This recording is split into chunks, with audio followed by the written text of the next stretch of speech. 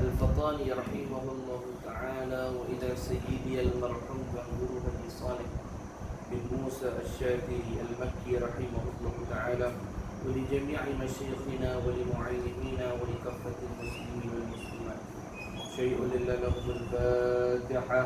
أعوذ بالله من الشيطان الرجيم. بسم الله الرحمن الرحيم. الحمد لله رب العالمين الرحمن الرحيم مالك يوم الدين. إياك نعبد وإياك نستعين. اهدنا الصراط المستقيم صراط الذين أنعمت عليهم غير المغضوب عليهم ولا الضالين. آمين. السلام عليكم ورحمة الله وبركاته. بسم الله الرحمن الرحيم. الحمد لله رب العالمين، والصلاة والسلام على أشرف الأنبياء والمرسلين سيدنا محمد وعلى آله وأصحابه أجمعين. اللهم صل على سيدنا محمد الفاتح لما أغلق والخاتم لما سبق ناصر الحق بالحق والهادي إلى صراطك المستقيم وعلى آله حق قدره ومقداره العظيم. رب اشرح لي صدري ويسر لي أمري واحلل عقدة من لساني يفقه قولي وسدد لساني واهدي قلبي بحق سيدنا محمد صلى الله عليه وسلم. ولا حول ولا قوة إلا بالله العلي العظيم. جزا الله عنا سيدنا محمد صلى الله عليه وسلم ما هو أهله. جزا الله عنا سيدنا محمد صلى الله عليه وسلم ما هو أهله. جزا الله عنا سيدنا محمد صلى الله عليه وسلم ما هو أهله. قال المصنف رحمه الله تعالى: ونفعنا بعلومه في الدارين آمين يا رب العالمين.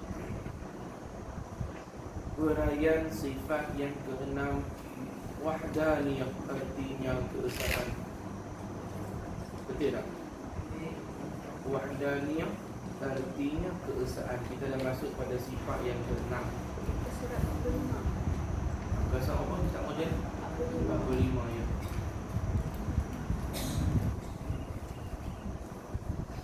Baik. Kita dah lepas 5 sifat. Saya ulang secara speed banyak kita balik. Kita dah lepas 5 sifat. Pertama wujud, kedua qidam, ketiga baqa, keempat mukhalafatu ta'al hawadith, kelima qiyam wa binafsi. Ini kita nama sifat keenam. Pertama sekali kita bicara tentang Tuhan tu ada. Setelah Tuhan tu ada, sama ada Tuhan dengan ada dia tak sama. Sebab apa? Sifat kedua dia qidam, ada dia sedia tak nak mula. Ketiga dia baqa, dia ada tanpa ada wujud, kekal selama-lamanya, baqa. Keempat, dia mukhalafatu ta'al hawadith, dia tak serupa dengan makhluk dia. Dia tak berbentuk, dia tak berupa, dia tak bermacam, dia tidak seperti kita dari segi zat dia, dari segi sifat dia, dari segi perbuatan dia. Zat kita jirim, zat Tuhan bukan jirim. Sifat makhluk arad, sifat Tuhan bukan arad. Dan perbuatan makhluk perlu kepada alat, perlu kepada bahan. Perbuatan makhluk tak boleh mengadakan yang tiada, mentiadakan yang ada. Hanya perbuatan Allah. Habis. Kemudian kita masuk qiyamu ta'ala binafsi, berdiri Allah Ta'ala dengan sendirinya. Sekarang kita masuk diri dengan sendiri dengan dua makna. Pertama, Allah Ta'ala tak berhajat kepada pencipta yang menjadikan dia. Yang kedua, qiyamu ta'ala binafsi, berdiri dengan sendiri dengan maksud Tuhan bukan sifat yang menumpang kepada zat. Sebab dia sendiri itu adalah zat, dia tak tumpang kepada yang lain. Habis 5 sifat. Tuan-tuan, 5 dah Allah Ta'ala perkenalkan kita kepada dia. Kita kena syukur kepada Tuhan. Dia lah yang memperkenalkan akan dirinya kepada kita. Kalau Tuhan tak berkenan memperkenalkan dirinya kepada kita sampai mati tak kenal dia. Tapi dia takdirkan tuan-tuan yang mengaji, mai telaah kitab ni, dia nak kita kenal dia. Bila dia nak kita kenal dia, itu di antara tanda-tanda dia sayang kepada kita. Sebab orang kalau dia tak suka, dia tak kenal daripada awal dia jadi dia. Mati dalam keadaan tak kenal Tuhan adalah sebuah kehinaan yang paling besar. Lebih hina daripada orang tak solat. lebih hina daripada orang tak baca Quran ialah orang yang tak mengenal siapa pencipta dia. Dia hanya tahu nama. Itu adalah sebuah kehinaan.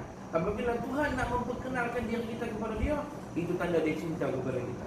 Mudah-mudahan kita semua di kalangan kasih-kasih Allah. Amin ya rabbal alamin. Habis kita masuklah sifat yang keenam. Wahdaniyah artinya keesaan. Baik, macam mana keesaan? Cuba tengok bahasan esa ni saja sampai 2 muka, lebih panjang daripada bahasan-bahasan sifat yang lain. Maknanya orang yang tak belajar sifat ni, dia tak sah mengesahkan Allah. Dia ada sebut Tuhan Maha Esa tu kan. Dia esahkan Tuhan tak betul. Bila tak betul tanpa ilmu, sah tak pengesaan dia kepada Allah? Tak sah. Bila tak sah, kita fahamlah la ilaha illallah ni hanya sebutan, tidak menjadi hakikat diri dia.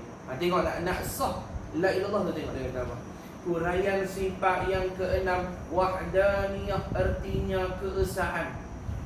Wajib pada syarak pula. Bila sebut wajib pada syarak, makna dia buat dapat pahala, tinggal berdosa. Tu kita ingat tu.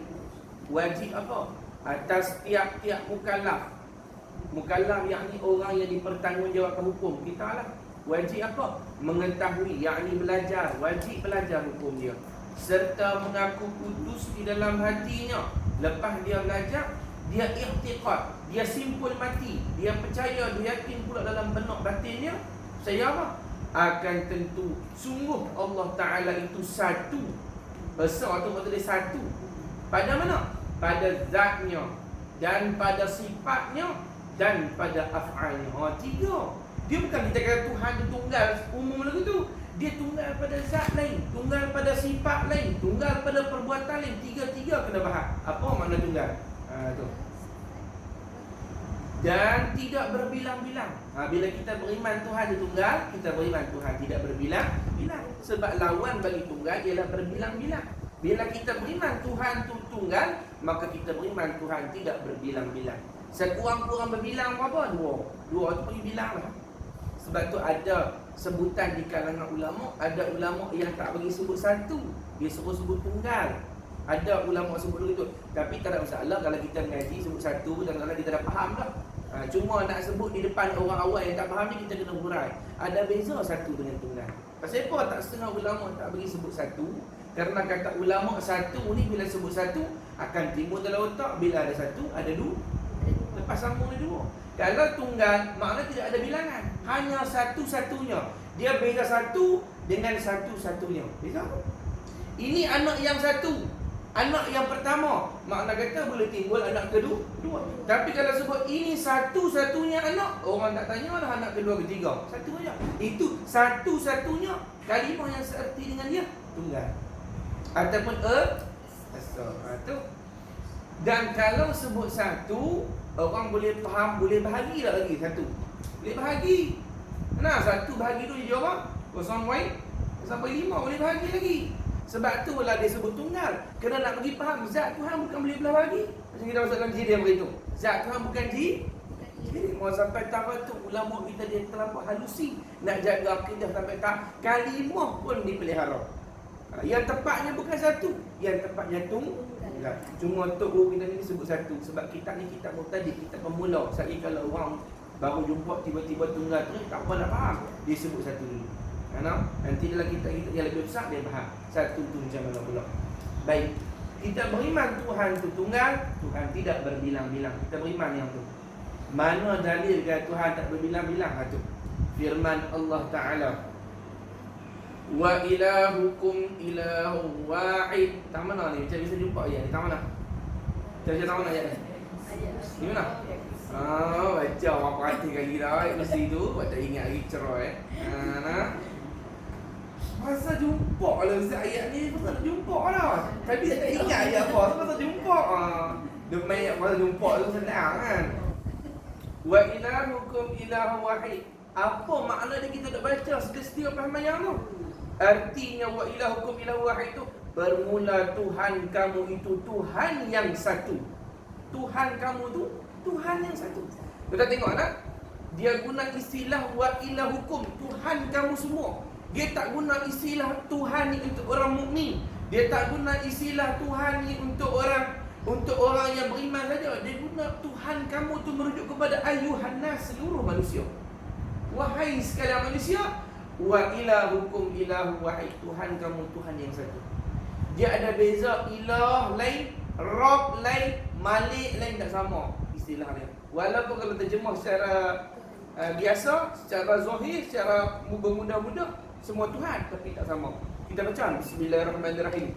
Qul a'udzu birabbin nas, malikin nas, ilahin nas. Tiga-tiga dia sebut.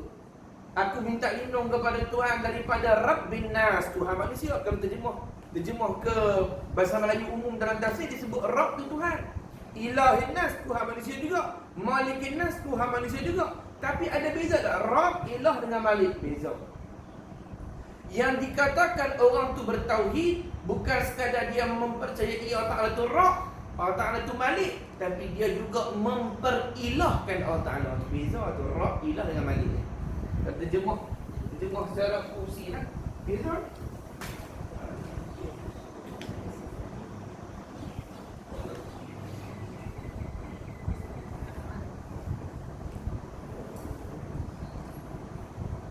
Kalau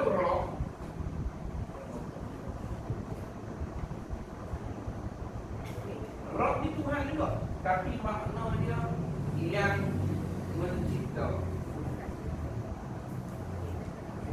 yang mentadbir, yang memiliki. Boleh ketiga makna. Kalau Rabb ni dia menunjuk kepada yang mentadbir, mencipta, memiliki. Kalau Malik maksudnya yang menjaga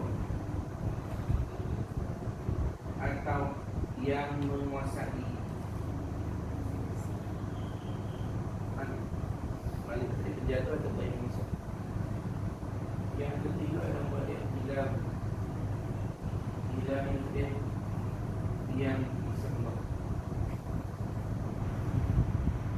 yang diharap.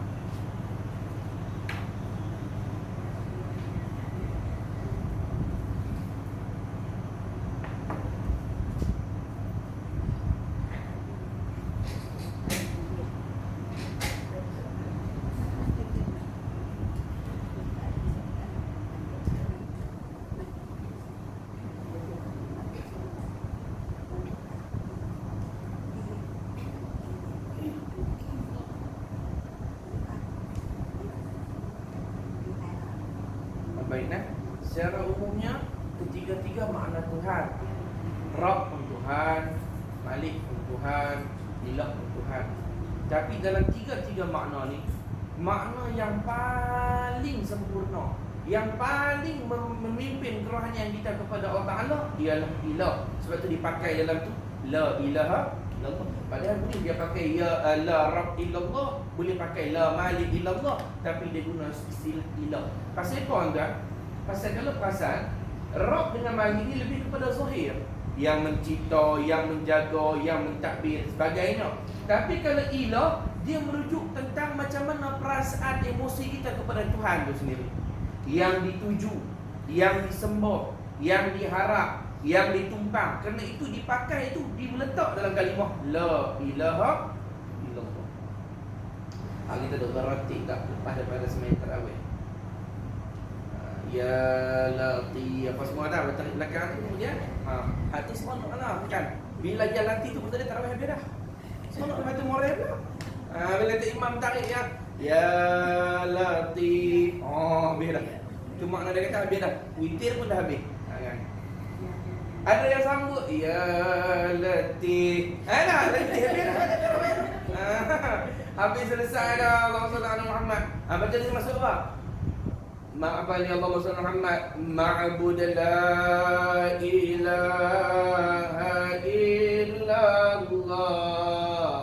La ilaha illallah. Maqsud la ilaha illallah. La ilaha illallah. Matlub la ilaha illallah.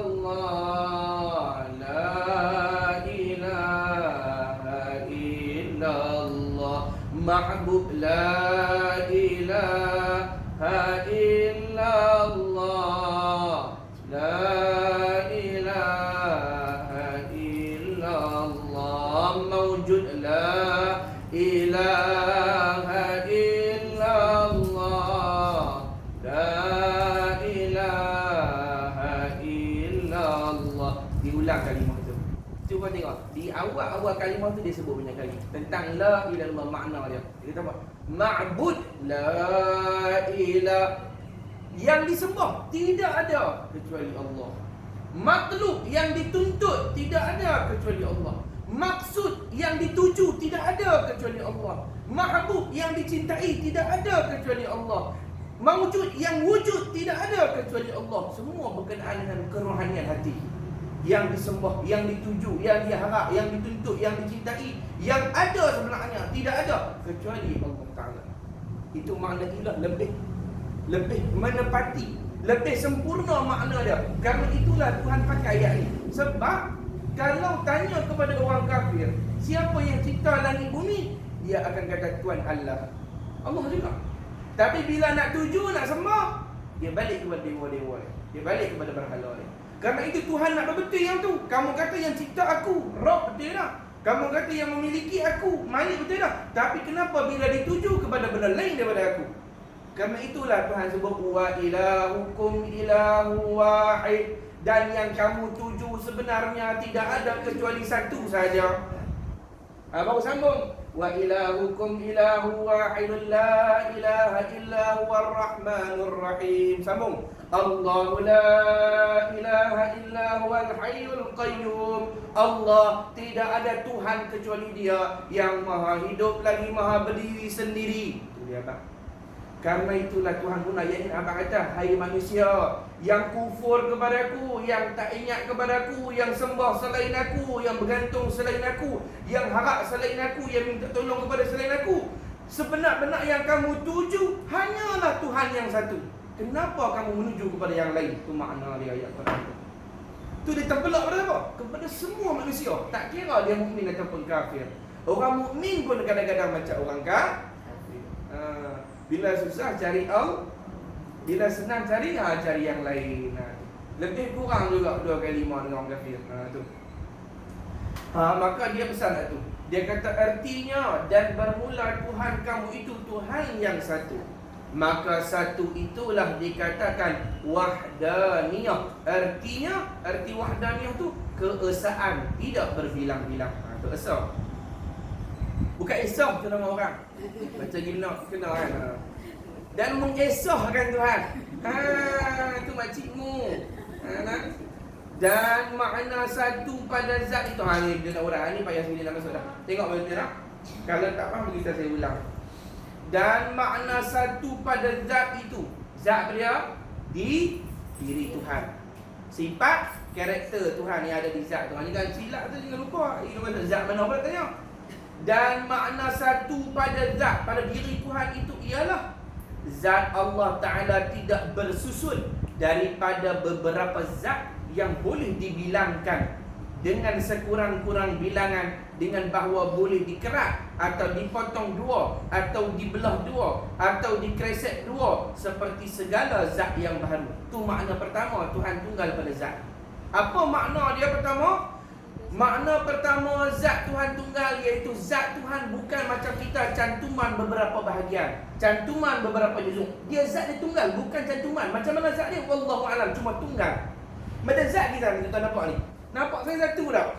Tidak, saya berbilang-bilang sebenarnya. Pasal apa bilang-bilang? Sebab saya cantuman beberapa bahagian. Ada anggota, kepala, kaki, perut, semua. Kemudian kalau tak pecah dari segi anggota pun, saya cantuman beberapa jirim, iaitu kita panggil sebagai atom. Atom, jantung-jantung ini saya. Jadi sebenarnya seorang nampak ni, tapi sebenarnya saya sudah berbilang sebenarnya. Jadi jangan pelik kalau kita jumpa seorang, kita disuruh bagi Assalamualaikum. Assalamualaikum tu salam datang atas kalian. Padahal seorang je. Kalian tak mana? Kalau ramai ni bolehlah Assalamualaikum ramai. Ni seorang Assalamualaikum. Kau tu kali belakang. Siapa dia lagi lagi berlaku? Kan? Padahal seorang patutnya Assalamualaikum. Kalau lelaki, kalau perempuan Assalamualaikum. Ni Assalamualaikum. Pasal apa tu? Kerana kita sebenarnya tidak satu, kita berbilang-bilang. Diri kita sendiri itu berbilang-bilang. Banyak sebenarnya. Cantum. Adapun zat Tuhan bukan cantum, zat dia tunggal. Macam mana Allah Mu'alam? Tapi bukan macam kita. Tu makna tunggal yang pertama. Di mana ni? Awak semua dia terkejut kan? Yang Nabi asal mereka. Ya? Nabi. Ya. Boleh pakai Assalamualaikum? Mesti Kak tanya tu. Boleh pakai Assalamualaikum, tapi kita pakai Rasulullah ke Arab. Nanti kita bahas nanti nak. Itu kena masuk dalam bahas nikah kata. Baik, jadi Allahumma salli ala sayyidina Muhammad. Jadi Allahumma salli ala Muhammad, kita ni nampak dia tunggal, sebenarnya kita berbilang-bilang sebab zat dia cantuman beberapa bahagian. Banyak tu. Adapun zat Tuhan bukan cantuman beberapa anggota, bukan cantuman beberapa bahagian, bukan cantuman atom, bukan. Zat Tuhan tunggal. Itu makna tunggal yang pertama. Ni macam ni, tengok ni. Dia nak murah Allah.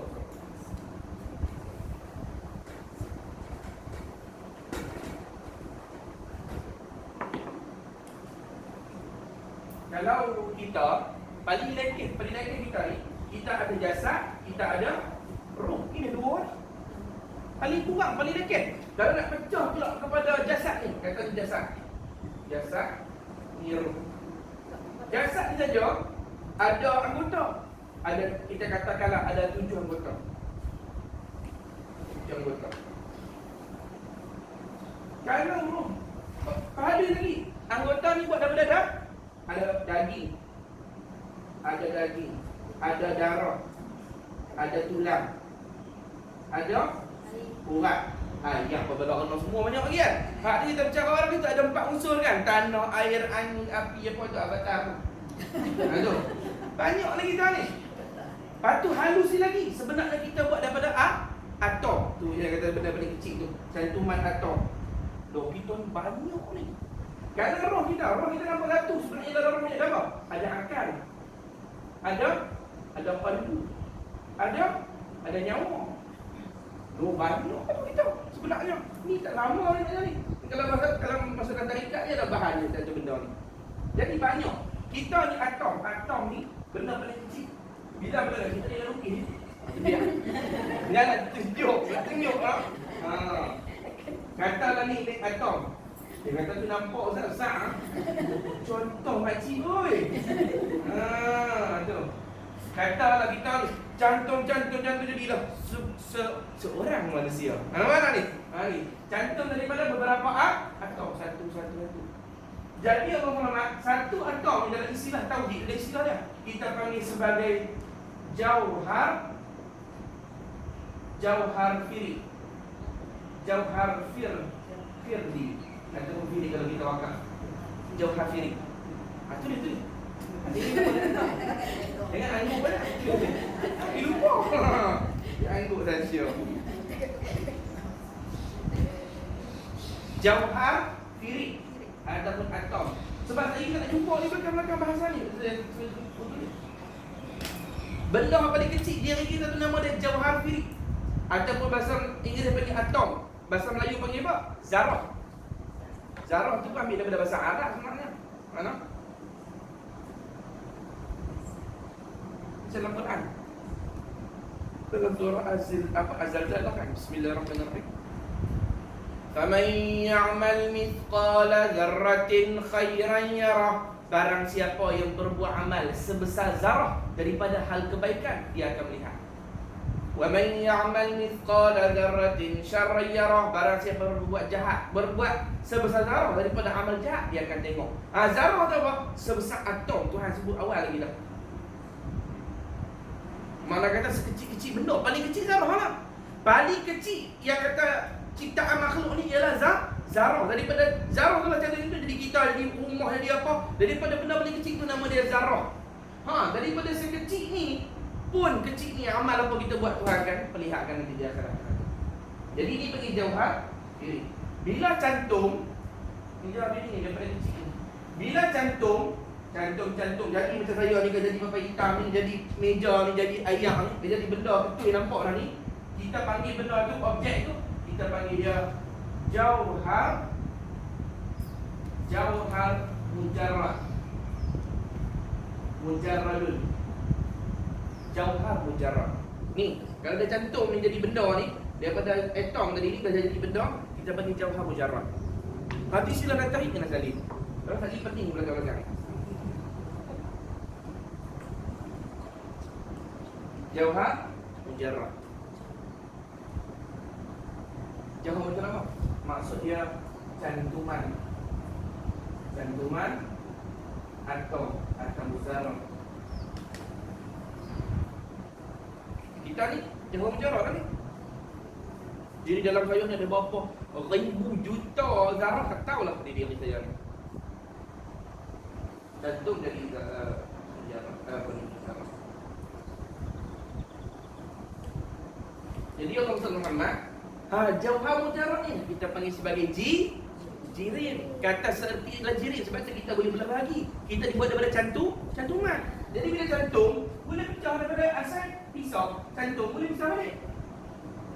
Sebab tu kita panggil jirim. Zat Tuhan bukan jirim sebab dia bukan cantuman jauhar. Kalau dia cantuman jahat, maknanya Tuhan pun terbuat daripada atom. Sama lah kita kata. Makna kata ada yang buat Tuhan lah sebab pencipta atom tu kat dia. Sebab tu zat dia bukan macam zat gitu. Ni huraian sains kali ni. Kau nak cari mana ni? Kau kata ustaz ni sedia boleh cari dia pun buat aku. Lawak kan.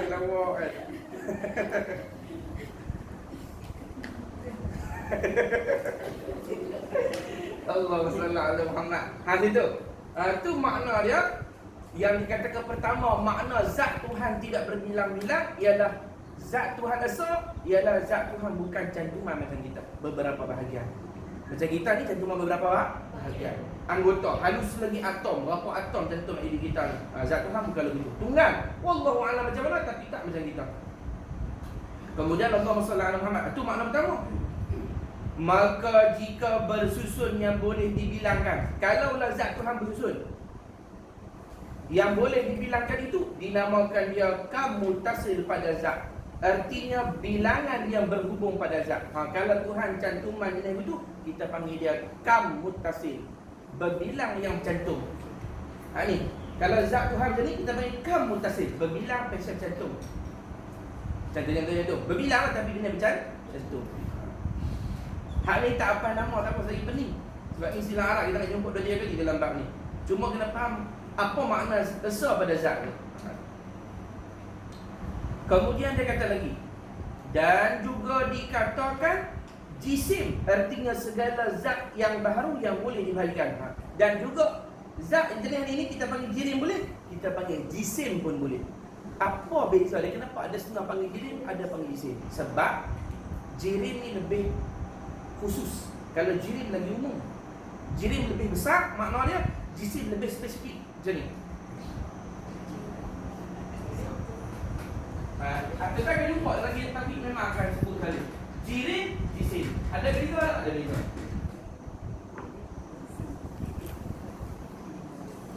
Jirim ada dua. Satu nama dia jirim latif. Satu lagi nama dia jirim kasih.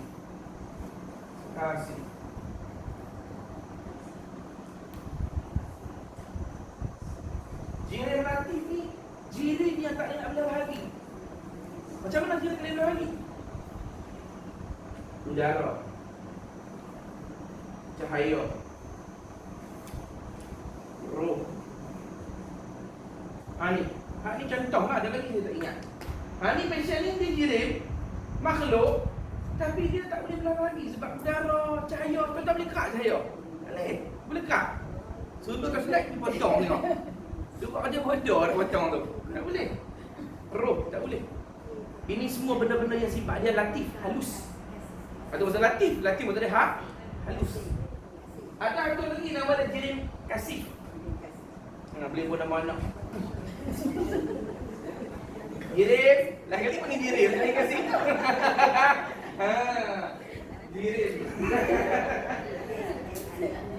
Jirim kasih adalah jirim yang kasar.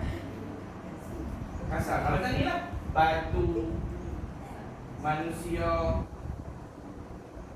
pokok, benda-benda kasar ni, benda yang keras. Yang ni kita panggil, hak ni lah kita panggil jisim. Jisim ni untuk benda yang kita, jirim yang boleh belah bahagi. Kalau jirim tak boleh belah bahagi, kita panggil jirim latif. Saya sebut secara umum tu, jirim boleh belah bahagi kan? Itu umum. Sekarang kita spesifik lagi. Yang boleh belah bahagi kita panggil sebagai jisim. Dalam jirim, jisim. Tapi kalau dia sebut depan ni jirim, jisim, dia tanya keliru lah, tu lah. Kalau dia sebut jirim, saya maksudkan jirim kasih. Itu je. Saya dia buat, itu kan jirim. Lepas jisim pula. Lepas sebut jirim pula. Tak mau mengaji. Dia pening.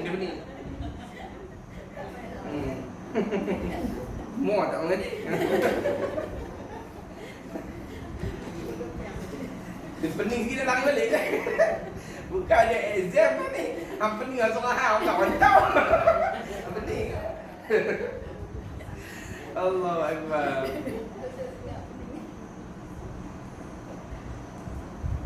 Itu nak. Dikatakan jisim. Artinya segala zat yang baharu yang boleh dibahagikan. Itu syarat dia.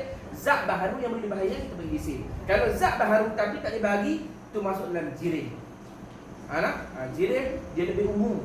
Bila jirim tu zat makhluk tu panggil jirim. Tapi zat makhluk yang boleh bahagi, yang boleh belah bahagi kita panggil jisim. Kalau tak boleh belah bahagi, kita sebut dia jirim latif. Tu je. Tu. Jan. Allahumma salli ala Muhammad wa salliban nafi'an wa salliban nafi'an. Allahumma salli ala sayyidina Muhammad wa ala ali sayyidina Muhammad wa ala ali. Ini moto apa? Ini masalah. Ini bergerak senang.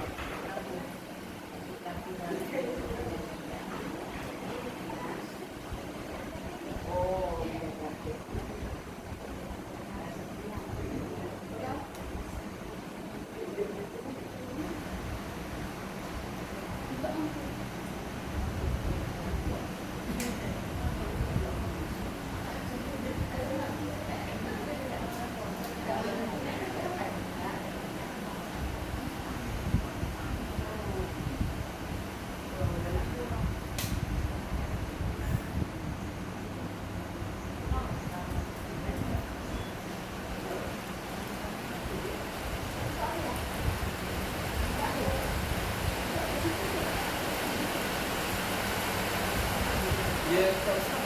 Itu untuk hidup. Sebab dia kuat tak boleh. Ini sekali juga.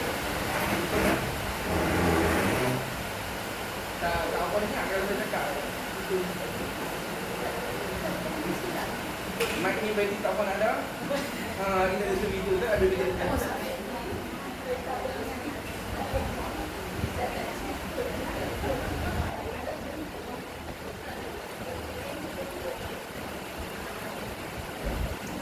Boleh tak? Sambung tak? Baik, Allahumma salli ala sayyidina Muhammad. Tadi itu tak? Zat makhluk yang secara umum zat makhluk kita sebut jirim. Cumanya ada zat makhluk yang tak boleh belah bahagi. Maka yang tak boleh belah bahagi itu kita panggil jirim latif. Kalau boleh belah bahagi kita panggil jirim kasih atau seerti dengan dia jisim. Ya. Kalau jawhar firik yang halus dari itu tak boleh belah bahagi tu, paling kecil tu. Dia masuk dalam jirim latif juga, paling halus. Tu atom tadi tu. Atom tu hanya paling kecil tak belah bahagi lah. Ya lah. Paling ke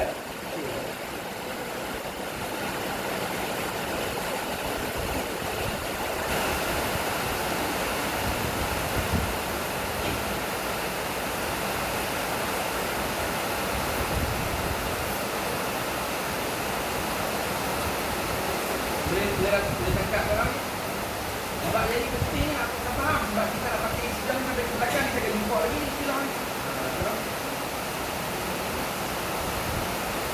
Dan jika zat Tuhan dapat dibahagikan dan dapat dibilang, maka tidak dikatakan satu, bahkan dikatakan menyerupai dengan makhluk pula. Kalau zat Tuhan tu boleh dibelah bahagi, boleh dibilang, maka zat Tuhan tak dipanggil satu, tak dipanggil tunggal, bahkan dipanggil berbilang-bilang macam zat makhluk. Dan makna satu pada zat itu pula ada dua makna. Tadi makna pertama, ni makna kedua. Ada dua makna. Yang kata esa Tuhan pada zat ada dua makna. Makna kedua apa dia? Dan makna satu pada zat itu pula, tidak ada zat yang lain yang boleh berbilang-bilang dengan zat Allah Ta'ala. Macam mana? Makna macam ni. Yang kedua, makna Tuhan Esa dari segi zat, makna dia apa? Iaitu tidak ada zat yang lain macam zat Tuhan. Tadi kena jantung kan? Hak ni pisau pula. Tak ada zat lain sama dengan zat Tuhan. Kalau ada jadi dua. Kena dua lagi ada zat, tiga ada zat Tuhan. Tak ada zat lain.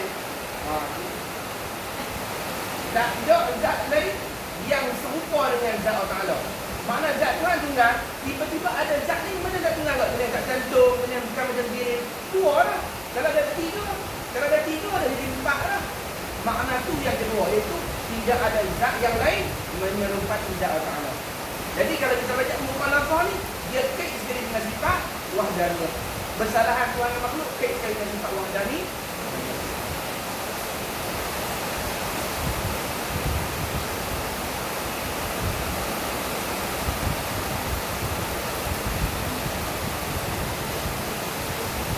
Maka jika ada zat yang lain seperti zat Tuhan yang boleh berbilang dengan Tuhan, maka dinamakan dia kam munfasil pada zat. Artinya bilangan yang berasing-asing pada zat, maka tidak dikatakan satu juga. Baik, jadi saya ulang lagi. Makna Tuhan tunggal pada zat ni ada dua makna. Ada dua makna dari segi zat dia. Pertama, zat Tuhan ni bukan zat Tuhan ni betul, dan lagi faham je. Zat Tuhan ni bukan cantuman beberapa bahagian. Itu makna pertama. Yang kedua, zat Tuhan ni tak ada zat yang lain yang serupa dengan zat dia. Ada dua, ada tiga. Kalau ada, jadi berbilang tak? Satu, dua, berbilang lah. Itu makna kedua Tuhan tunggal pada zat. Dia nampak tak? Penting ni, saya urai ni, kita mengaji kita ni untung tuan, sebab kita ni halusi. Kita mengaji ni bukan takat lepas fardu ain. Fardu kifayah pun lepas dah. Ni tauhid ni kitab ni. Sebab tu beza mengaji kitab lama dengan kitab moden. Kitab lama ni dia hurai dia sampai sehalus-halus sampai ke perkataan pun dia hurai. Kalau kita mengaji kitab moden tak dapat macam ni. Sayang. Sebab tu dah kata urusan mengaji kitab kuning. Tak kitab kuning, kitab lama. Orang dulu panggil kitab kuning sebab kitab lama kertas dia warna tu. Quran dulu pun Quran Majid mana awak? Ni ya. Ke biru. Ni. Maknanya Quran tu lama dan dibaca. Bukan lama di depan, lama dan dibaca. Jadi kitab ni, dia bagi kitab kuning tu bagi kitab lama. Sekali dia tanya ustaz, tak nampak kuning pun? Janganlah istilah dia bagi kitab lama. Kitab kuning dulu. Kuning juga cek, apa dia biru. Nak menang kau. Aduh. Buatlah. Allahumma salli ala Muhammad. Itu. Ini kalau itu ni.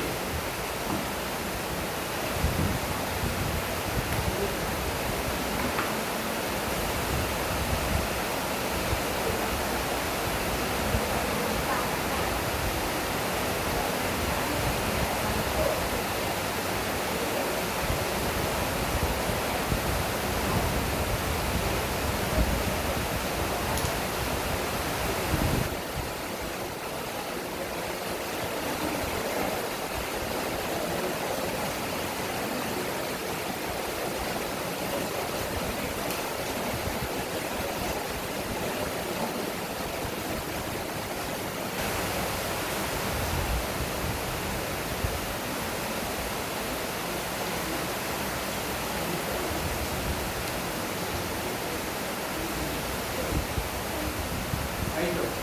Saya buat peringkasan untuk nak ingat.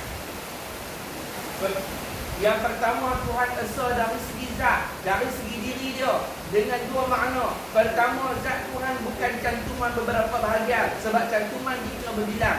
Yang kedua, makna zat Tuhan tunggal ialah tidak ada zat yang lain menyerupai zat Tuhan. Kalau ada dah dibilang-bilang, dikira dua, tiga, empat dan sebagainya.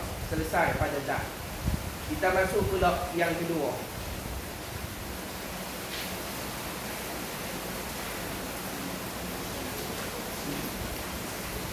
Maka dinamakan dia kam munfasil. Hak ini, hak ini passion dulu kita panggil kam munfasil. Berbilah dengan berpisah. Tadi cantum, hak ini berbilah dengan passion berpisah. Zat ni lain tapi serupa zat ni. Ada 2, 3, 4 zat yang serupa dengan zat Allah. So berbilang tu. Kalau bilang passion pisah. Kita panggil kam munfasil. Tak apa, tak apa nama, tak apa lagi penting lo kam munfasil. Aku pun wasil. Tu dia dapat tu. Kemudian habis. Dan makna satu pada sifat itu ialah, makna satu pada sifat pula, tadi zat, sifat pula ialah tidak ada di zat Allah Ta'ala dua sifat umpamanya daripada jenis yang satu, seperti dua kudrat dan dua iradat dan umpamanya. Itu makna tunggal dalam segi sifat pula. Makna tunggal dalam segi sifat yang pertama makna apa? Di zat Tuhan. Kita katakan di zat Tuhan. Di zat Tuhan tidak ada sifat yang serupa berbilang-bilang. Kalau ada, dia dipanggil tak tunggal pada sifat. Contoh, di zat Tuhan ada dua sifat pihak, ada tiga sifat pendengar, ada empat sifat kalam, sifat berkata-kata. Tu berbilang tu. Bukan lagu tu. Sifat Tuhan tunggal. Satu pendengar, satu pelihat, satu berkata-kata, satu saja. Orang tu berbilang Ustaz. Satu, dua, tiga. Tak. Berbilang hak passion serupa. Orang dua habang tu. Allah SWT Muhammad. Makna satu sah? Satu. Tu makna tunggal dari segi sifat. Satu pelihat, satu pekata, satu pendengar, satu pekuasa, satu pekandok. Satu. Itu tunggal dari segi sifat dengan makna pertama. Nampak tak? Ada. Tok Guru ngajar, kita pekah. Kita pekah memang sama ngajar. Saya tak ngajar kalau ngajar pada gelak tu. Sudah. Sebab bekah dia tak mau buat lawak pun dia lawak. Tok Guru tak pandai buat lawak pun dia lawak juga. Sebab bekah dia memang medan lawak. Sebab soalan tu dia pelik-pelik. Tok ngajar lah ni. Syarat wajib berpuasa. Pertama Islam. Syarat nak wajib puasa tu. Kalau tak wajib. Yang kedua, berakal. Bila sebut berakal maksudnya apa? Orang tua waras lah. Kalau tengok dalam kitab-kitab lama, dia sebut apa? Pertama Islam, tidak wajib orang kafir. Yang kedua berakal, tidak wajib orang gila. Pasal apa dia ulangi? Padahal kalau tahu wajib puasa tu Islam, tahu dah kalau orang kafir tak wajib. Pasal apa dia pergi hurai pula? Sebab ada orang katanya mereka siap. Ada orang katanya benda semudah tu. Dengan pelik. Dia ada untuk wajib. Yang pertama wajib berpuasa, syarat wajib puasa ialah Islam. Tak tahu. Kalau orang kafir wajib puasa tak? La ilaha illallah. Aku habaq dah tadi wajib tak. Memang akan ada orang tanya. Pasal apa? Pasal dia tak dapat lagi. Dia tak dapat lagi, dia lambat. Dia muluman. Orang sampai dah dia muluman. Dia lambat. Dia lambat. Jadi kita habaq dah kata Islam. Dia tanya pula. Tu orang kafir kena puasa tak? Astagfirullah. Dia tak mahu begini ini, dia baca. Dia baca. Kalau lepas tanya juga nak ingin suruh. Tak apa. Ni tak apa saya dapat ni ini. Yang kedua, berakal. Bila berakal maksud dia apa? Orang yang tak waras tak boleh puasa. Dia pergi tanya. Berakal ke buat balik? Saya terkelak dalam ni. Berakal. Syarat wajib puasa kedua berakal. Dia kata, tanya. Orang gila wajib puasa tak? Astagfirullahalazim. Pasal apa tu? Pasal pertama, dia jenis manusia tak sama. Dia lambat sikit. Yang kedua, dia tak faham. Yang ketiga, dia tak fikir, dia tak fokus. Kalau dia fokus, bila sebut Islam, apa dia? Kafir tak masuk lah. Tapi dia tak fokus. Dia dengar dia tak masuk. Mungkin otak dia fikir nak masuk apa. Orang ni dia tak. Abang ajak. Kita abang, Tuhan tu besar. Itu tidak berbilang. Padahal kalau besar faham tak apa? Tapi kita abang ajak. Betul pun ini. Abang ajak. Saya dia tegur abang. Tapi biasa lambat ni saya tak sama. Ada lambat slow cuma dengan teruk kan. Betul ni orang jalan pun dah halau tau. Orang bicara ni buat kuah kan. Ya Allah Akbar orang. Allah SWT Muhammad nak. Ada makhluk tak sama kan. Ada jenis bela tak bela. Bela ni slow ni. Ni di pondok sik saya ingat ini. Tok Guru ajak kita ni baca kitab. Kitab ni tu kitab lama dah baca. Dia baru beli. Dia duduk dalam boleh masuk kelas. Dia dengar kan tak tahu kitab. Itu pun dia beli. Dia beli. Depan dia. Depan ni tempat nombor kanan. Hak jenis Tok Guru nak tanya orang lagi tu. Kita tak berani duduk belakang sini. Tak kalau dia tanya buat kencing di rumah. Sebab dia depan Tok Guru ni kan. Benda kita ingat apa kadang-kadang kalau Tok Guru tanya. Dia lupa tu, takut. Dia main kemuruh dia apa. Lepak tak lari balik gitu. Jadi Allah dia di depan. Allah saya tinggal dulu. Dia beli kitab baru. Iya, kami bongok sungguh. Yang kami ni teruk sebab kami dia tahan gelak. Kalau kami gelak kuat, aku marah. Tapi dia buat bagi orang tergelak. Tahu macam mana kan? Orang nak mengajar kami teruk. Kami tak bagus pada mengajar. Saya mesti mengajar orang geruk nak bunyi suara. Semua senyap. Dia tak berguna kalau mengajar di sini. Kita kadang semua tak berguna lah sebab siapa tak boleh cakap. Takut. Saya ni tak perlu sebut nama tak pasal-pasal. Tak apalah. Allahumma salli ala Muhammad. Kita tahu. Plastik dah tak? Plastik kan? Kita tadi buat apa? Perak. Kan suara sunyi. Ingatlah ada bunyi ke plastik? Bunyi. Perak. Orang bukan ada tengok dia. Bukan tengok dia. Bunyi perak. Tak mana. Tak apa. Ingat sesuatu tu. Tak habis. Perak. Perak. Ni lengang ni. Bunyi suara dia semua. Perak. Kami dulu tu lah.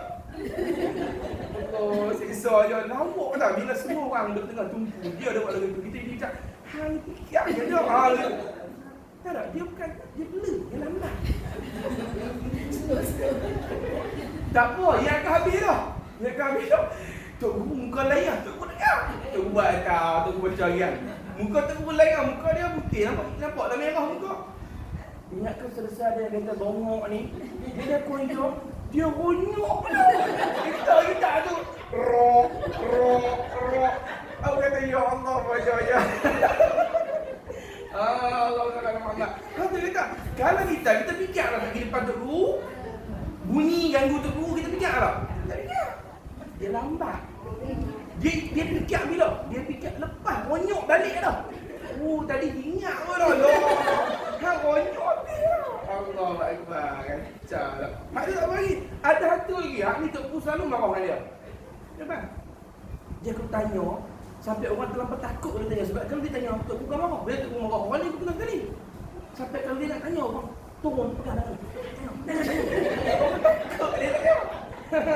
Sebab dia aku tanya bukan dia kena mana. Allah pedih lah. Ni orang tengah bahas bawah dah ni ni. Bapa. Kita pergi dah. Dia tanya dah. Kalau kita semayang tu ada dakwah pen. La ilaha illallah. Sekali tak bukan lain. Ada kena mengena dah. Dengan anak kita tengah mengaji lagi. Ada kena mengena. Kata dia punya blur tadi kata apa tu. Siapa berani kata begitu? Ada kena mengena. Aku tanya tadi jawab apa? Tak apa jawab. La ilaha illallah. Hang ni berani tunggu dengan dia dalam. Lah kali tunggu kata. Tunggu marah je apa masalah tu apa. Mu ni datang mana ni? Mu tidur tadi mu ngajak. Kau nak bercakap gajah kau nak sebut lembu. Jangan ni jangan bagi kat depan, kat belakang. Masalah. Ada genetik ada umur. Tak cerita dia dengar. Dia tunggu tak mana tak minum. La ilaha illallah. Ada juga dia tunggu. Isap aku dah bagi. Tunggu cerita tentang ni Sat, tadi tu kata tak. La ilaha illallah. Tadi tu kesian dia tak jawab. Dia kalau jawab dia malu. Kita pun nak bidah boleh lah, tapi tak lama. Tu buat tahu macam kita terus. Tu kalau bidah malu seorang-seorang, teriak orang. Allah. Tu pasal apa yang masuk betul tu. Nak cerita pengalaman. Tu lah di antara benda-benda yang kami mengaji dulu dia almarhum Rasulullah. Antara waktu-waktu yang tak lupa lah kenangan sampai lah tak lupa. Macam-macam. Di pondok yang main mengaji tu bukan 10 orang. Bukan 20 orang. Kalau kita tengok bulan Jumaat bersolat, cuba tekan live YouTube nanti bulan Jumaat bersolat. Orang penuh ni putih semua. Sampai setelah kali jadi niaga, ada orang buka niaga pula macam masa pagi tu sebab terlampau ramai. Jadi membelilah sebentar nak masuk kelas ataupun lepas kelas ada jual sabun kambing lah, kambing sabun lah. Macam mana ni? Jual orang tu. Allah beli kan tu. Punya ramai tu. Bila ramai macam kelakon. Ada ramai set.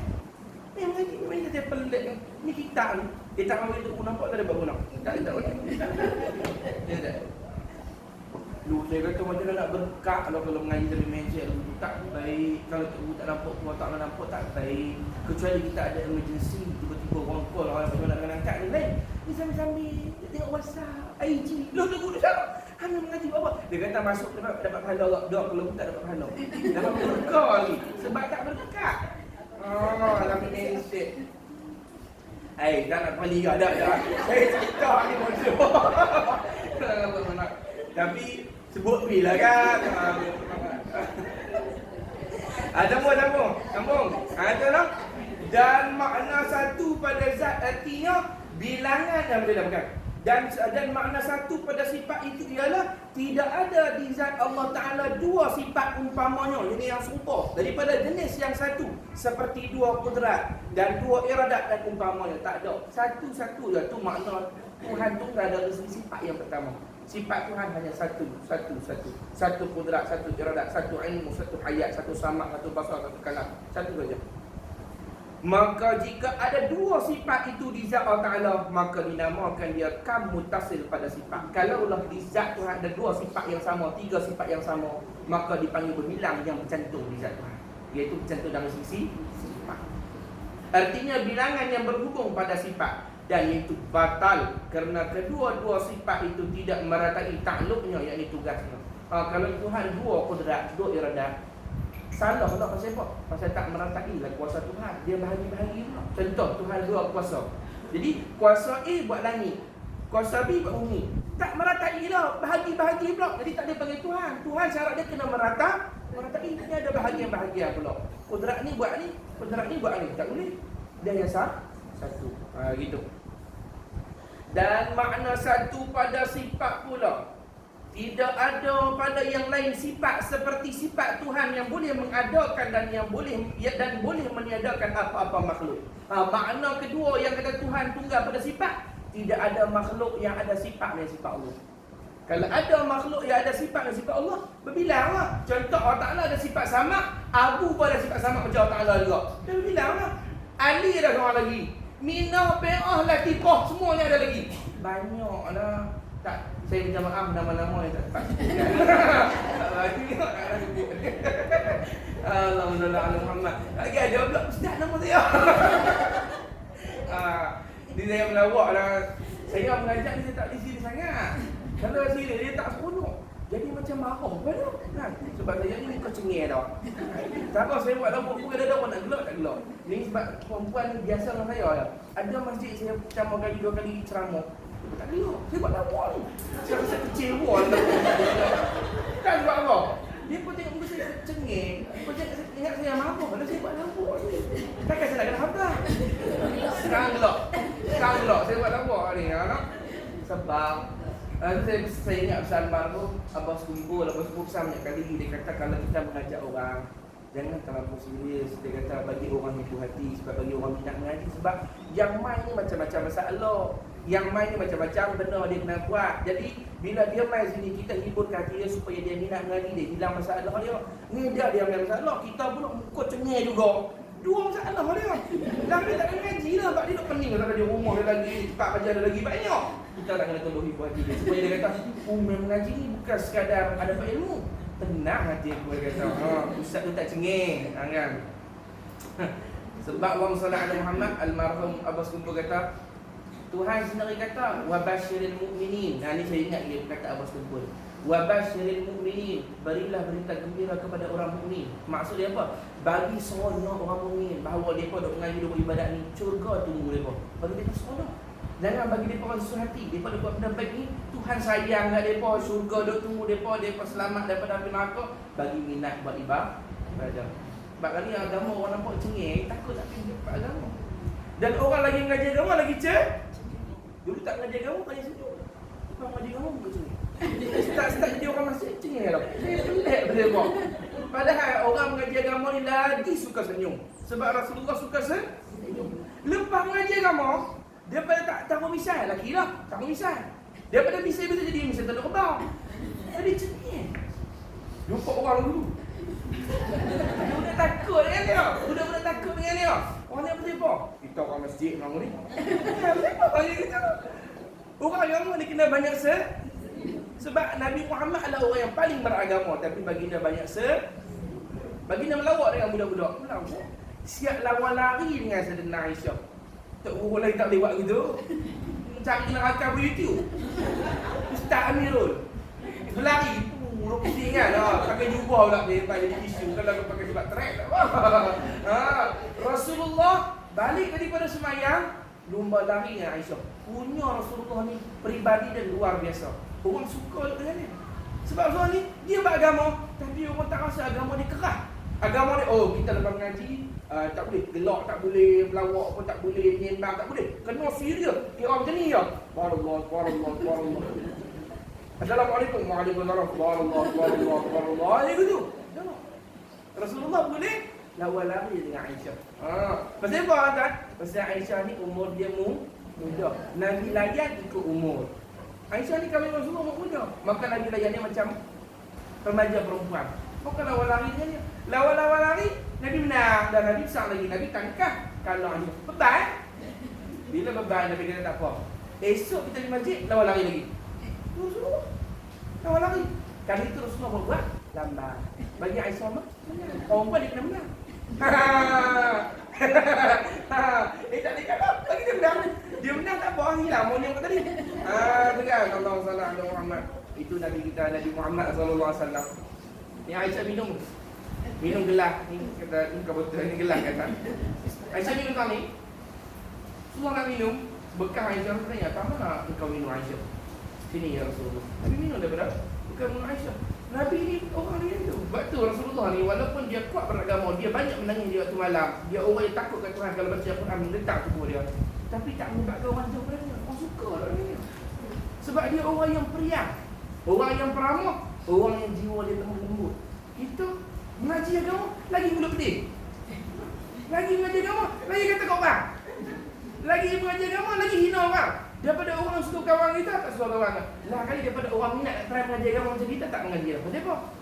Tengok hang mengaji agama pun panggil aku lemah kekasan. Tengok tak mana. Lepas tu sebut nama aku pula mengaji. Oh, nama aku sekali. Itu penting. Sudah. Sudah.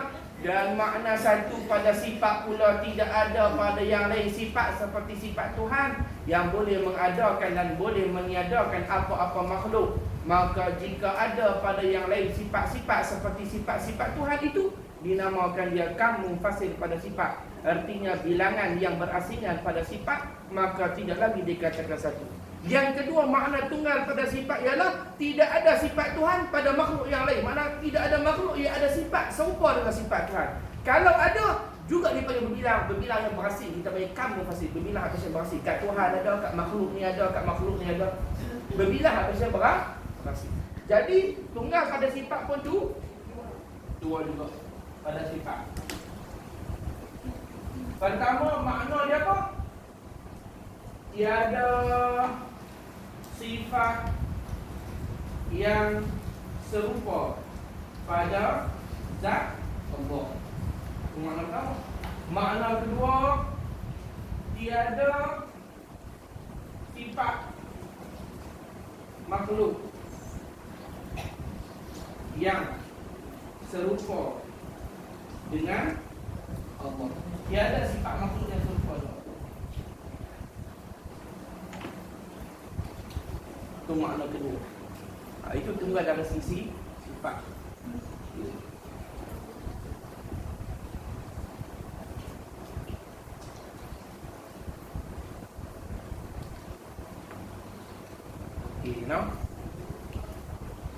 Ulang semula. Tunggal dari segi sifat, makna dia pertama, pada zat Allah tidak ada sifat yang serupa. Dua kudrat, tiga sama, empat basar misalnya. Tak ada. Satu sifat. Yang kedua, makna tunggal pada sifat ialah tidak ada sifat yang lain serupa dengan sifat Allah. Kalau ada, dah panggil berbilang. Sifat abu sama dengan sifat Allah, sifat minah sama dengan sifat Allah. Dah jadi berbilang. Itu makna kedua. Itu makna tunggal dari segi sifat. Selesai dah. Masuk sikit lagi. Dan makna satu pada perbuatan pula, pada af'al, perbuatan. Apa pula makna dia? Itu ialah tidak ada perbuatan yang lain bersekutu dengan perbuatan Allah Ta'ala. Maka jika ada perbuatan pada yang lain yang bersekutu dengan perbuatan Allah Ta'ala, maka dinamakan dia kamu mutasil pada perbuatan, dan iaitu batal kerana tiap-tiap daripada dua perbuatan itu tidak dikatakan perbuatan Tuhan dengan sepenuh. Maka tidak boleh lagi dikatakan Tuhan, kerana makna Tuhan itu Tuhan sekalian perkara, dan apabila dua nescaya dikatakan Tuhan setengah-setengah perkara. Baik. Ini makna tunggal dari segi perbuatan pula. Maknanya apa? Tidak ada yang bersekongkol, tidak ada yang bersekutu, tidak ada yang bekerjasama dalam perbuatan Tuhan. Misal, Tuhan nak buat bumi ni, Tuhan buat, ada tak siapa-siapa mai tolong buat sama-sama dengan Allah? Tak ada. Seorang-seorang dia pada perbuatan dia. Dialah yang mengadakan bumi. Dia jugalah yang akan memusnahkan bumi. Dia yang menghidupkan. Dia jugalah yang mematikan. Tidak ada setengah-setengah. Kalau ada setengah-setengah, tak panggil lagi dah tunggal. Ada yang berbilang-bilang pada perbuatan. Masuk sekali. Sebab tu kita makan, kita demam, kita pun berubat, makan ubat. Bila makan ubat, panjang ubat ni. Makan ubat. Makan ubat, lega. Dia kata Allah yang menyembuhkan dengan bantuan ubat ni. Maknanya Tuhan menyembuhkan, ada bantuan. Buat kerja sekali. Syirik lah. Syirik pada perbuatan Allah Ta'ala. Rosak lagi dah. Yang betulnya Allah Ta'ala menyembuhkan tanpa sebab ubat tu pun. Ubat tu lakonan kita sebagai hamba kena ikhtiar. Bukan sebab Tuhan perlu kepada ubat tu. Kalau lah semata-mata perlu kepada ubat tu, ada tak ketika-ketika sakit yang tak pakai ubat lama-lama lega sendiri? Ada. Kalau betul semata-mata ubat tu melegakan, patutnya tiap-tiap kali makan ubat kena lega. Ada juga tak lega. Pil bapak lah. Pil sampai boleh buat tilam, boleh buat kapek dah, punya banyak pil makan. Tak lega juga.